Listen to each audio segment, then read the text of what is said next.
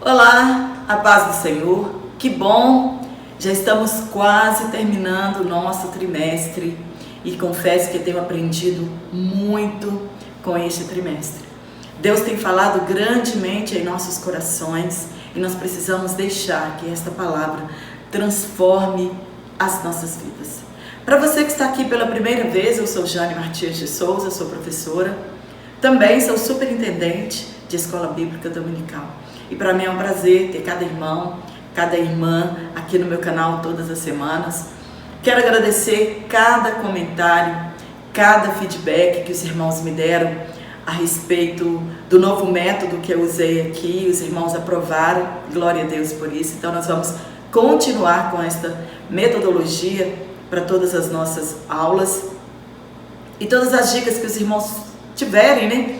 E quiser contribuir aqui no meu canal, será muito bem-vindo para que o meu canal continue crescendo e chegue ao alcance de outras pessoas. Eu preciso que você curta as minhas aulas, se inscreva no meu canal, ative o sininho das notificações e compartilhe em suas redes sociais. E hoje, na lição de número 11, nós vamos falar sobre um assunto muito importante para as nossas vidas espirituais. Muito importante para o crescimento da igreja. Hoje, na lição de número 11, o título da nossa lição é Esdras vai a Jerusalém ensinar a palavra. A palavra de quem? A palavra de Deus. Está em Esdras, capítulo 8, versículo 1 a 12. E o nosso tópico 1 é Artaxerxes envia Esdras. Muito bem.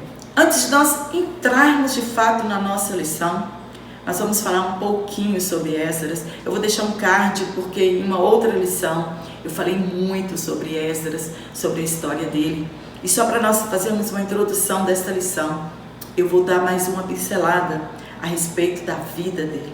Nós sabemos que o rei persa liberar Esdras para ir para Jerusalém. É claro que ele teve um despertamento espiritual. Foi o Espírito de Deus que moveu o coração daquele rei para que ele liberasse Esdras para ir para Jerusalém. Nós sabemos que Esdras era um cativo na Babilônia, diferente de Neemias, que era um cativo em Susa. Nós sabemos que Esdras, ele era um escriba e sacerdote. Ele era descendente, né? Ele fazia parte da genealogia de Arão. Quando nós estudamos a genealogia dele, nós vamos chegar até Arão. E o rei, movido, né, por Deus, ele libera então o escriba Esdras para ir a Jerusalém. Mas para ir a Jerusalém fazer o quê? Ensinar a palavra. Somente o Espírito de Deus pode fazer isso no coração de um homem pagão que tinha os seus deuses, que servia lá os seus deuses em suas nações. E quando nós lemos a história, estudamos, né, sobre Esdras e Neemias, é muito difícil saber separar, né, a história dos dois, porque contam quase que os mesmos acontecimentos em épocas diferentes. Então os historiadores dizem que do capítulo 6 para o capítulo 7 do livro de Esdras há um hiato, uma lacuna de aproximadamente 60 anos. Então Esdras chega em Jerusalém depois da reconstrução do altar e da reconstrução do templo, quase 60 anos depois, exatamente no ano 458 a.C. E o rei, ele libera que os outros judeus também, aqueles que quisessem de livre e espontânea vontade, retornarem com Esdras para Jerusalém, podiam. Então, na primeira leva com Zorobabel, nós aprendemos que mais ou menos 50 mil judeus retornaram. Agora, com Esdras, mais ou menos 1.500 judeus retornaram, entre líderes, sacerdotes e levitas, retornaram com ele. Mas o objetivo que o rei mandou Esdras para lá era para que ele inspecionasse a situação religiosa, espiritual, a condição espiritual que estava o povo de Israel ali em Jerusalém. Então ele vai com a lei para ensinar o povo a palavra de Deus. Somente o Espírito Santo de Deus pode fazer isso na vida de alguém, no coração de um rei. E nós sabemos que essa viagem durou aproximadamente 4 meses. Era uma distância de mais ou menos 1.440 quilômetros que eles teriam que percorrer para chegar ali. Mas Esdras não foi de mão vazia também. Ele foi munido com uma carta que dava a ele direito e autoridade para transpor as fronteiras. O rei deu a ele ouro e prata para que ajudasse lá no sustento do templo, para que ajudasse que eles sobrevivessem, né, os sacerdotes e os levitas, para que a palavra de Deus fosse ensinada. E também autorizou que não fossem cobrados impostos dos sacerdotes e dos levitas que estivessem trabalhando ali. Então, Esdras, impulsionado por Deus, munido de cartas que dava a ele autoridade para chegar em Jerusalém e ver como estava a situação espiritual do povo, como estava o templo, como estava a adoração, e ainda foi levando riquezas. E a Bíblia diz que, o rei diz que, e o que sobrasse, né, de tudo isso que eles fizessem, era para ser gasto no templo, para os sacerdotes e também para os levitas. Esdras, ele conhecia muito bem a lei de Deus. Então ele foi para lá para fazer uma inspeção com respeito à lei de Deus, para ver como que estava a adoração daquele remanescente do cativeiro babilônico. E o restante do dinheiro, eles podiam fazer o que quiserem, não gastar a bel prazer, mas o que quisessem, segundo a vontade de Deus. Este era o propósito. E eles só contaram essa prata, esse ouro e tudo que eles receberam lá no templo, que os sacerdotes e levitas contaram o dinheiro que eles tinham levado. E a intenção do rei em permitir que Esdras fosse para fazer uma inspeção sobre a vida religiosa, espiritual do povo. Os historiadores, a Bíblia diz, né, está escrito lá no capítulo 7 e 8 de Esdras, que ele estava doando todas aquelas riquezas, era para que a ira de Deus não viesse sobre eles. Eles serviam os deuses pagãos, mas eles temiam ao Deus invisível. A ordem do rei para Esdras era que ele ensinasse a palavra de Deus para o povo. E a ordem para os nossos dias também hoje é a mesma, que ensinemos a palavra de Deus para o povo. É nossa responsabilidade como professores, é responsabilidade dos nossos líderes espirituais ensinar a palavra de Deus para o povo. Aos que não conhecessem a palavra de Deus, ou para aqueles que estavam desobedecendo a palavra de Deus. E a lei que o rei mandou nas mãos de Esdras, quando ele chegasse lá, para que ele ensinasse a lei para aqueles que não conheciam a lei de Deus, porque nós sabemos que aquele remanescente também eles estavam transgredindo a lei de Deus. Mas a lei do rei foi severa demais para aquele povo.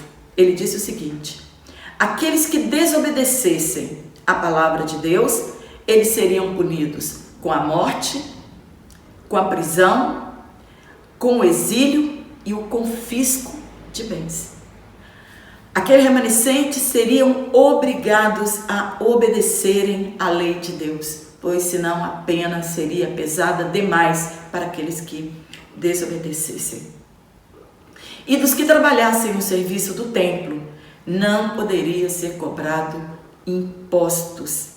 E no capítulo 8 nós lemos a lista, né, dos homens que Esdras escolheu que o acompanharia até Jerusalém. Esdras, ele tinha certeza que a mão de Deus era com ele. Ele tinha a convicção de que Deus estava naquele negócio e que ia prosperar o seu caminho. E ele dispensou a guarda, né, a escolta real, para que eles fossem levados em paz. Eles estavam levando muito ouro e muita prata, para que eles não fossem roubados no caminho. Então Esdras fala para o rei que Deus os iria guardar durante aquela viagem. E depois que eles arrecadaram muito dinheiro, muito ouro, muita prata, Esdras ficou com vergonha de pedir soldados e cavaleiros, porque afinal de contas ele tinha dito para o rei que Deus os iria guardar, os iria proteger naquele empreendimento, naquela viagem. E aí, antes deles partirem, Esdras reuniu todo mundo, eles oraram e jejuaram, pedindo a Deus proteção a tudo e a todos. Quando eles chegaram lá, munidos de tanto dinheiro, eles compraram vários animais para sacrificarem a Deus. Então eles sacrificaram, chegaram, foi uma festa, sacrificaram a Deus, fizeram um culto em adoração a Deus. E aí ele recebe a triste notícia. Os líderes que estavam ali presentes, que moravam ali em Jerusalém, nas imediações, logo que sabem da chegada de Esdras, eles se juntam e vão até Esdras dar a triste notícia de como estava a situação espiritual daquele remanescente, de como as pessoas tinham se afastado da lei de Deus dada por Moisés.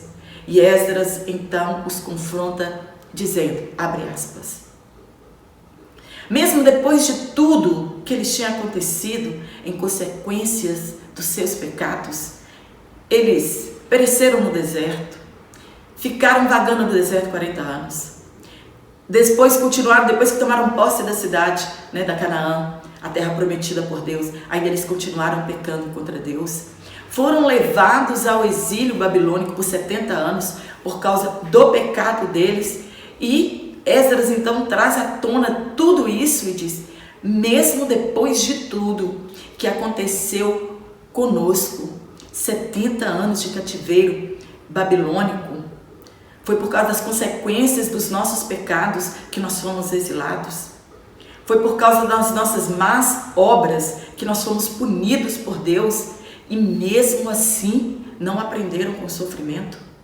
Quantas pessoas não aprendem com o sofrimento e continuam pecando, errando, achando que Deus continuará tendo misericórdia dele para sempre?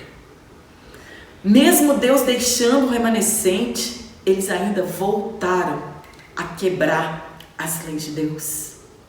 Não aprenderiam nunca com seus sofrimentos?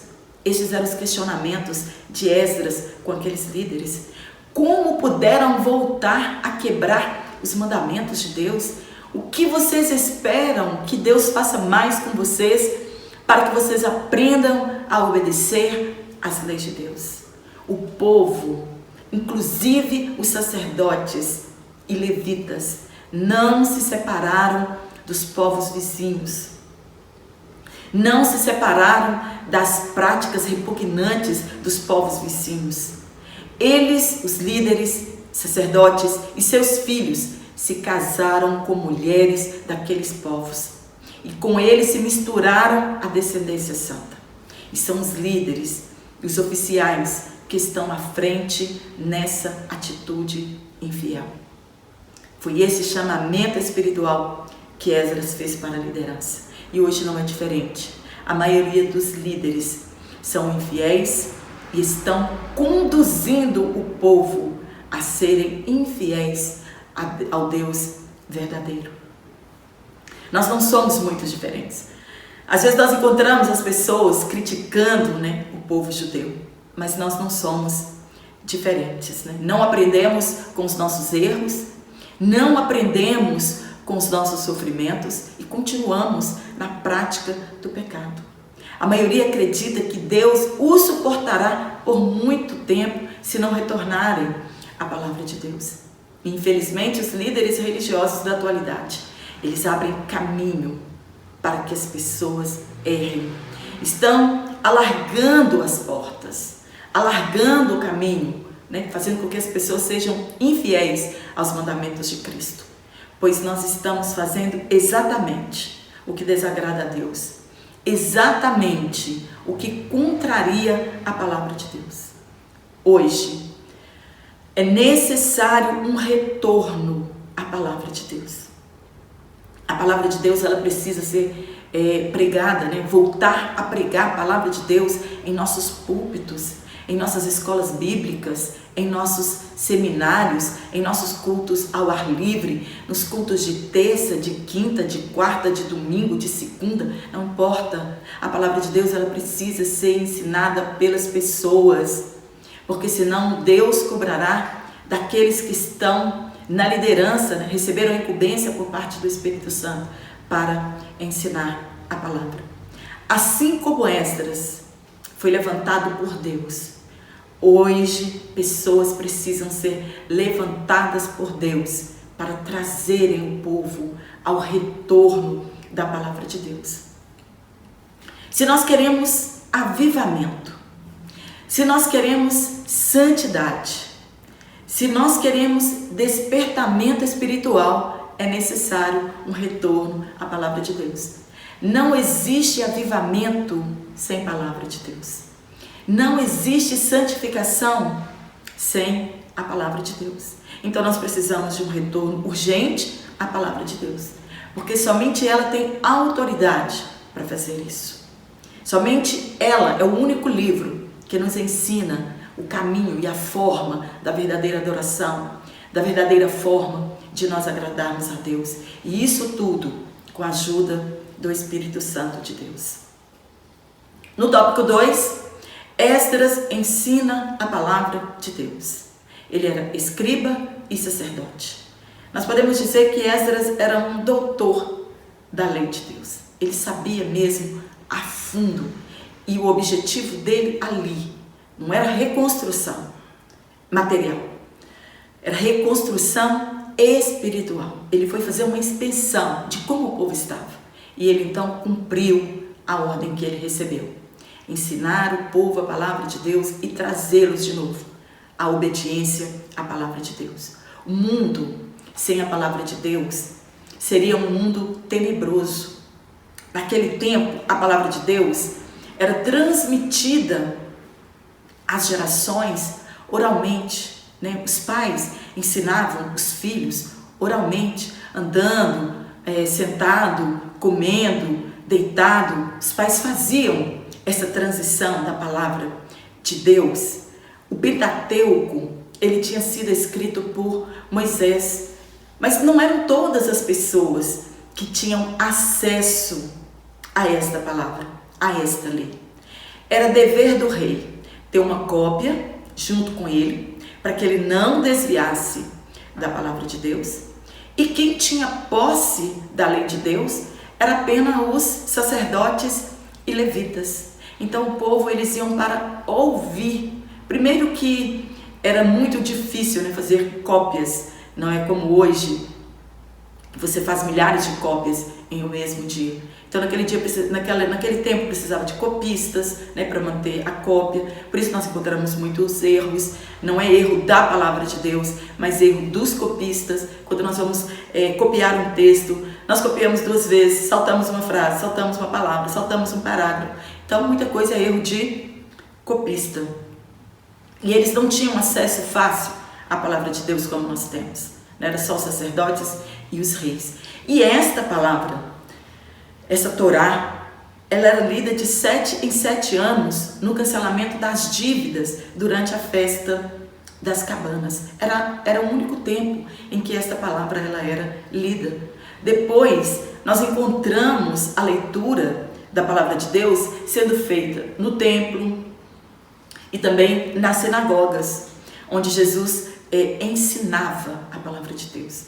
Jesus, ele veio para ensinar o povo, ensinar a palavra de Deus. Porque não adiantaria nada Jesus vir fazer milagres, né, curas divinas, perdoar pecados, sem ter ensinado, né, a palavra de Deus, sem ter trazido o evangelho para o povo, sem trazer o povo ao retorno da palavra de Deus. Então todos os sábados nas sinagogas era ensinado, era lido, né? Na verdade era lido a palavra de Deus.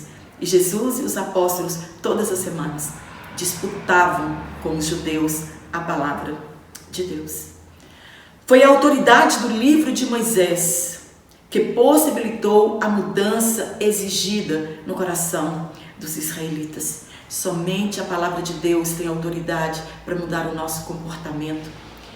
As pessoas podem falar incansavelmente. Se elas não conhecerem a palavra de Deus, elas jamais crerão na autoridade da palavra dita por nós. Mas a palavra de Deus, ela tem autoridade para mudar a vida de quem quer que seja. Assim como naquele tempo, Esdras, lendo a palavra de Deus, ela tinha autoridade para mudar o comportamento daquelas pessoas. A palavra de Deus, ela tem poder e ela cumpre o seu propósito. Ela é eficaz para isso, ela não volta sozinha. Quando a palavra de Deus ela é lida, quando a palavra de Deus ela é ensinada, ela cumpre o seu objetivo. Aproximadamente depois de 15 anos após Esdras, que Neemias chega a Jerusalém.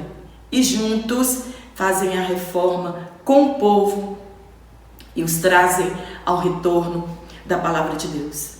Desde Josué até aquele dia, eles nunca tinham comemorado as festas das cabanas como naquele dia.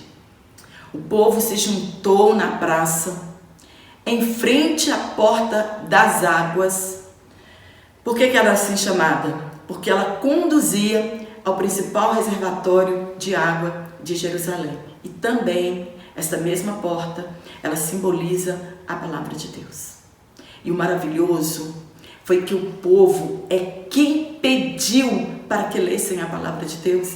Imagina hoje, na atualidade, os membros pedindo para que seja lida, para que seja explicada a palavra de Deus. Hoje, infelizmente, muitos têm comichão nos ouvidos, corações endurecidos e não querem ouvir a palavra de Deus. Aquele remanescente, eles estavam sedentos em ouvir a voz de Deus. Eles tinham fome de Deus e de sua palavra. E hoje o mundo também está sedento de pessoas que preguem e ensinem a palavra de Deus. Esdras leu a palavra e explicou. Ela tem que ser assim, lida e explicada. É muito importante que a palavra seja explicada para os que a ouvem e não somente fazer uma leitura. O povo precisa entender para praticar a vontade de Deus. Foi construído um púlpito de madeira. 13 auxiliares ficaram ao lado de Esdras, e esse é o modelo das Assembleias de Deus. O povo chorou ao ouvir a palavra, sentiu pesar pelos seus pecados. Hoje dificilmente nós vemos as pessoas chorarem com pesar quando ouvem a palavra de Deus por estarem pecando contra Deus. Dificilmente nós meditamos na palavra de Deus e sentimos pesar pelos nossos pecados. Arrependimento por termos transgredido as leis de Deus. E Neemias disse a eles que não era um momento de choro. Aquele momento era um momento de alegria, um dos versículos mais conhecidos na Bíblia, que a força, a nossa alegria de Deus, que é a nossa força. Por que ela é a nossa força?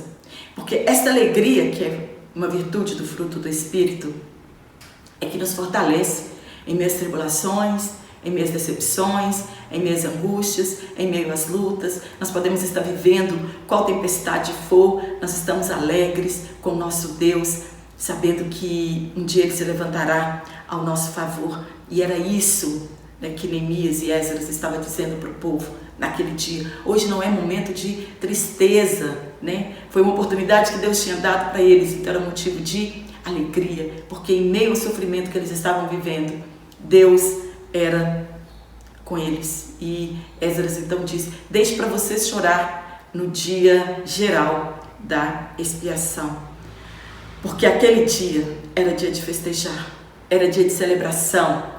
Houve uma conferência bíblica por uma semana, com 3 horas de duração, todos os dias. Palavra de manhã e oração à tarde. E hoje, as pessoas não estão conseguindo ir à escola bíblica dominical. acham cansativo, não vão em seminário, não gostam de ouvir a palavra de Deus, não gostam de ouvir a explicação da palavra de Deus. A maioria não suportam mais 1 hora de palavra, né? E rejeitam seminários, rejeitam escolas bíblicas e tudo aquilo que envolve a palavra de Deus. Eles estão rejeitando. As pessoas hoje estão enfadadas da palavra de Deus. A lei mosaica, ela era dividida em lei moral, civil e cerimonial. A lei, ela revela a vontade de Deus referente à conduta do povo israelita. É Deus falando para eles como que queriam que fosse a conduta moral deles. Como deveria ser o viver santo daquela nação. E também fala sobre a vida jurídica e social de Israel como nação. E o ritual de adoração ao Senhor por Israel. E dessas 3 leis, a única lei que foi abolida foi a lei cerimonial. Porque Jesus cumpriu ela na íntegra, na cruz do Calvário.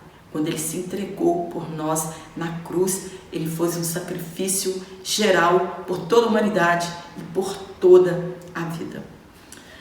No terceiro tópico, nós vamos falar a palavra de Deus, ela deve ser ensinada. Isso nós sabemos que ela deve ser ensinada. Quem não sabe são alguns líderes espirituais. Mas hoje, muitas igrejas optam por não ensiná-las, para não afugentar as pessoas da igreja. Hoje não se ouve quase pregar sobre inferno, sobre pecado, sobre arrependimento, sobre regeneração, sobre novo nascimento, porque isso afugenta as pessoas. Elas não querem ouvir esse discurso pesado. E aí eles ensinam outro evangelho. O outro evangelho do que o apóstolo Paulo nos falou em Gálatas. A cada 7 anos, a Torá deveria ser lida em solenidade. Os profetas também deviam ser lidos e explicados ao povo. E a cada sábado, a palavra de Deus ela era lida. Pela mesma palavra que nós somos salvos, nós seremos julgados por ela e condenados por ela. Ela tem este poder. A palavra de Deus, ela julga as nossas ações. Ela aponta o caminho que nós devemos andar. Ela aponta a forma da verdadeira adoração. E, portanto, ela deve ser ensinada. Jesus, ao formar a grande comissão, ele mandou-nos que ensinássemos as nações. Ele diz, ensina as nações, prega para elas. E ensine a elas a guardarem tudo o que Jesus tinha ensinado. Nosso dever é fazer discípulos, é multiplicar a grande comissão e não apenas ganhar almas. 40 decisões, quantos ficaram? Quanto nós discipulamos? Quanto nós ensinamos? Quantos firmaram? Porque não foram ensinados. Então Jesus diz que nós devemos fazer discípulos e não somente ganhar almas. Nós devemos ensinar a palavra de Deus. E somente assim os novos convertidos aprenderão a se relacionar com Deus. Paulo, ele exorta Timóteo a pregar a palavra no tempo e fora do tempo. Então, em todo o tempo, nós devemos ensinar as pessoas. Paulo está dizendo que nós não podemos perder tempo em não ensinar a palavra de Deus. Nós devemos pregar a palavra. Tantos preenchem o seu tempo com tantas coisas e na hora da palavra não há mais tempo.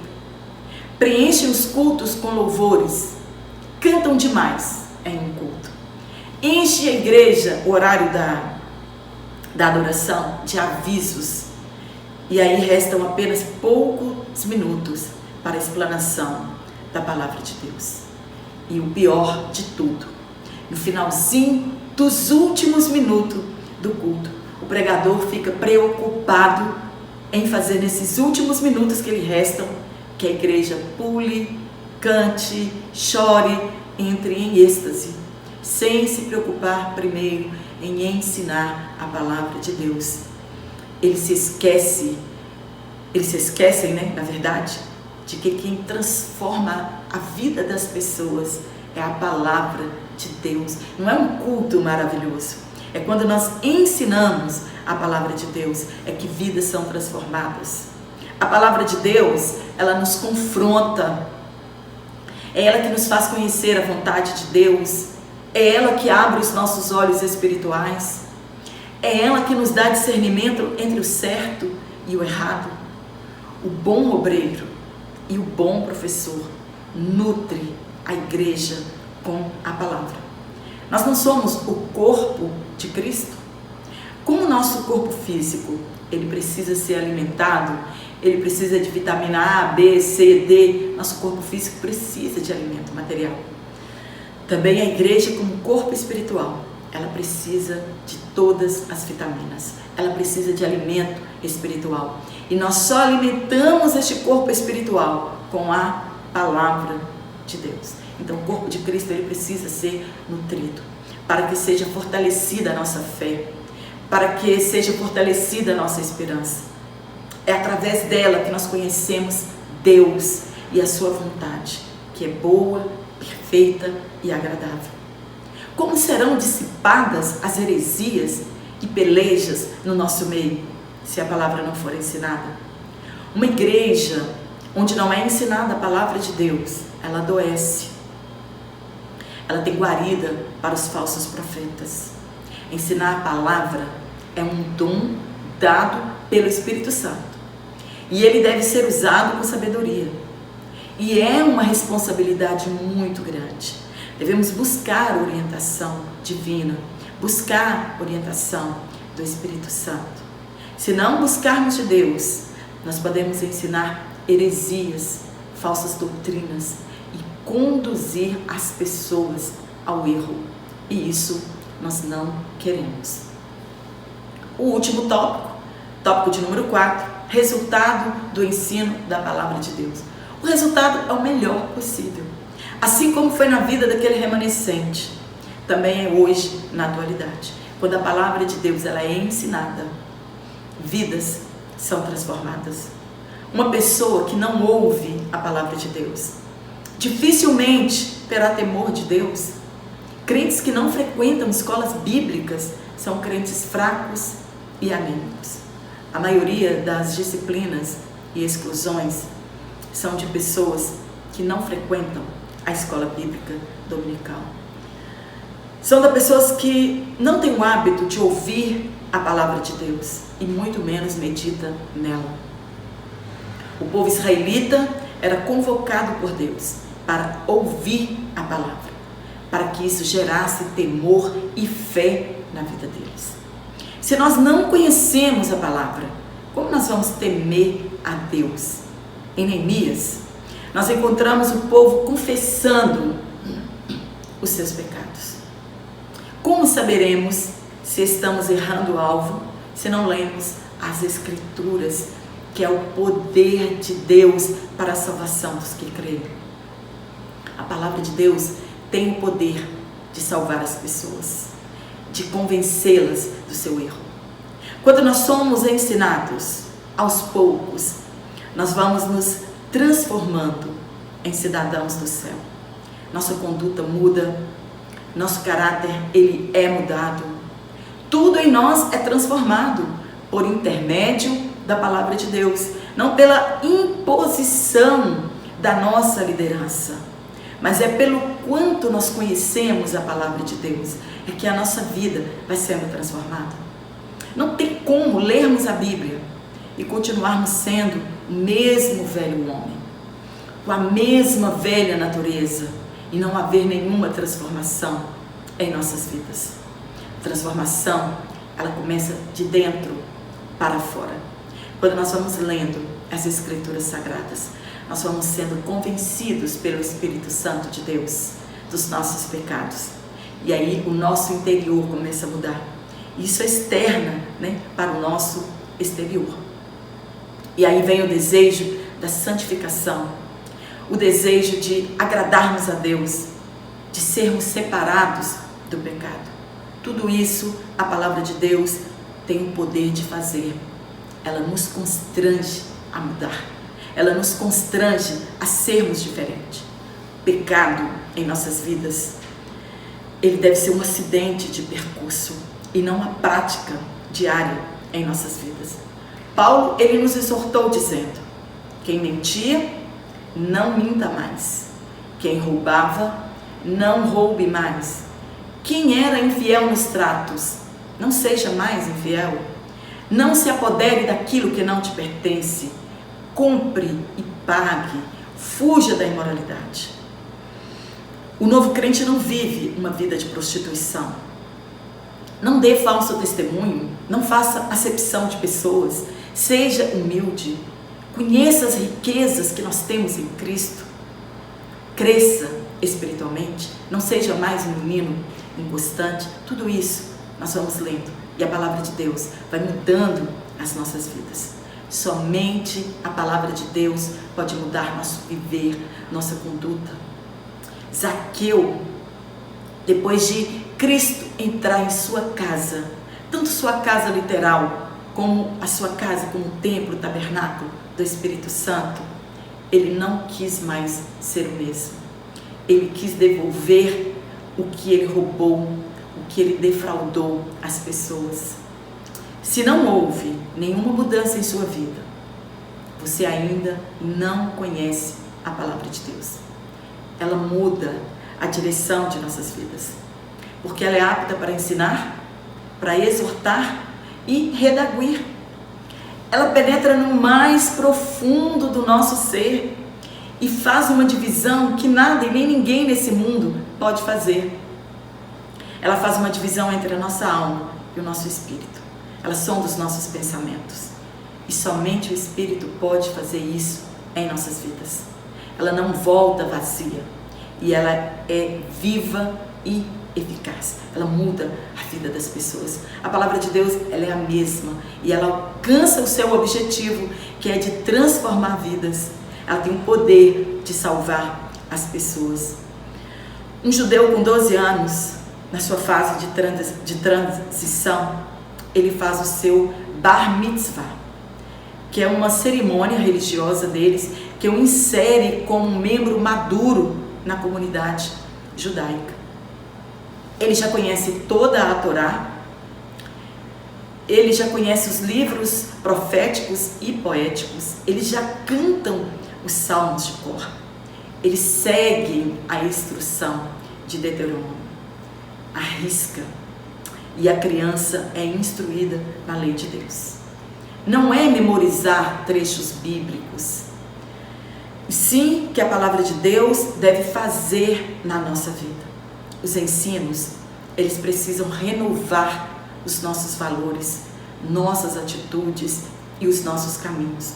A palavra de Deus, quando é ensinada, é o fundamento que dirige nossa vida.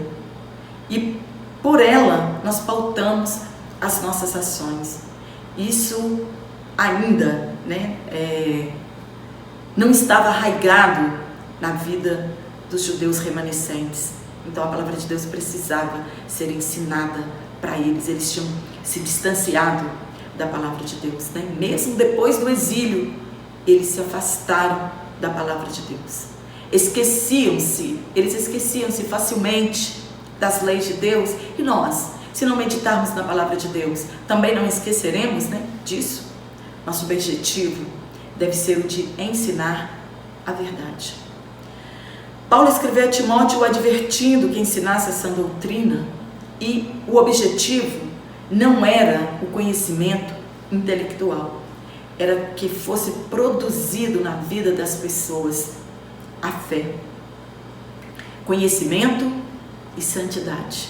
Quando nós lemos a palavra de Deus, é isso que precisa ser produzido em nossas vidas. Não era simplesmente que eles conhecessem a verdade, mas que ao conhecer a palavra de Deus, eles adotassem um estilo de vida diferente. Que ela produzisse um estilo de vida diferente na vida deles, que eles estavam acostumados a viver no passado. Não é o quanto eu sei de Bíblia. Não é quantas vezes eu já li a Bíblia, ou quantos versículos eu sei de cor, ou quantos seminários eu já frequentei, se eu sou algum doutor ou doutora em teologia, mas é o quanto a Bíblia já mudou a minha vida, já mudou o meu comportamento. Não é o quanto você sabe, mas é como você vive depois de conhecer a palavra de Deus. Como a escola secular mede o grau de aprendizado dos seus alunos? Como que é medido? Você está numa escola secular. Como ela mede, né, o seu grau de aprendizado? Quanto você aprendeu? Pelas notas que nós tiramos. E às vezes somos medidos por este método na igreja. A nossa vida espiritual, ela não é medida por nota. Que faculdade de teologia você estudou, frequentou? Quantos anos você fez teologia? Se você já é doutor em teologia, o quanto eu sei de histórias bíblicas, o quanto eu sei de geografia bíblica, quantos versículos eu sei, tantas outras coisas. Estão observando a carta e o ponto de vista do apóstolo Paulo. Nós descobrimos que a evidência do nosso aprendizado, ele não se encontra em nosso saber, mas em nosso amor a Deus, a nossa fé em Deus, e que podemos acreditar que tudo aquilo que Ele disse, e no estilo de vida santa que adotamos ao conhecer as Sagradas Escrituras, é assim que é medido o nosso conhecimento de Deus. Qual estilo de vida nós adotamos? Qual é o grau da nossa fé? Qual é o grau da nossa vida de santificação que nós estamos vivendo depois de conhecermos a palavra de Deus? Nosso caráter, ele fala muito do que aprendemos nas Escrituras Sagradas e no Deus que nós servimos. Se vivemos uma vida de qualquer maneira, não aprendemos nada de Deus. É este tipo de ensino que precisa ser ministrado em nossas igrejas. Um ensinamento que muda comportamentos e não dá conhecimento. É um ensino que nos constrange a escrever a lei de Deus em nossos corações. Os mandamentos de Cristo nas tábuas dos nossos corações. Foi isso que Jesus nos mandou fazer. Ensinar tudo o que Ele tinha ensinado. É isso que nós precisamos fazer. O ensino secular ensina-se a ler e a escrever. Mas o objetivo da educação cristã é nos conduzir no caminho da santificação. Compartilhar um estilo de vida. Se não fosse assim, o povo judeu já tinha desaparecido da história da humanidade. Eles são separados. É isso que a lei ensina para eles. Que eles têm que ser separados. Que eles têm que ter um estilo de vida diferente dos demais. O ideal deles é a santidade para serem propriedade particular de Deus. E esse também é o nosso objetivo, quando nós conhecemos e aprendemos da palavra de Deus. Amém? Espero ter te ajudado com este comentário. Que o Espírito Santo continue falando em seu coração. E eu quero mandar um abraço aqui para aquelas pessoas que me pediram que mandasse um abraço, né, para elas. Eu quero mandar para a Rejane Penha, ela é de Natal, do Rio Grande do Norte, do setor 16. Está aqui o meu abraço também para você. Também para a nossa irmã Sandra Sena. E os irmãos, ela pediu um abraço para mandar um abraço para os irmãos da EBD de Buris, de Abrantes, em Camaçari, na Bahia. E também eu quero mandar um abraço aqui muito especial. Ele não me pediu, mas eu estou mandando para o nosso irmão Otacílio.